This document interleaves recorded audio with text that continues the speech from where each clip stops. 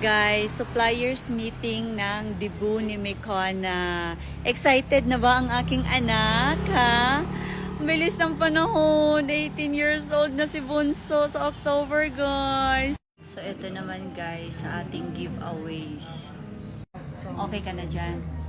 Ganito yung candles natin, guys. Tapos, lalagyan na lang natin ng mga ibang letter K, parang sign ng Kona. Tapos, magiging ganito siya. Kona, order mo yan? Madaming chicken? Naku, ang 750 calories. Wala na. Goodbye. Ate Ikay. Okay, nanap ko Di pa yung tapos may ang image meeting, ba sa'yo? kumakain ka na. Di pa tapos ang meeting, kumakain ka na. Mukbang. Kona.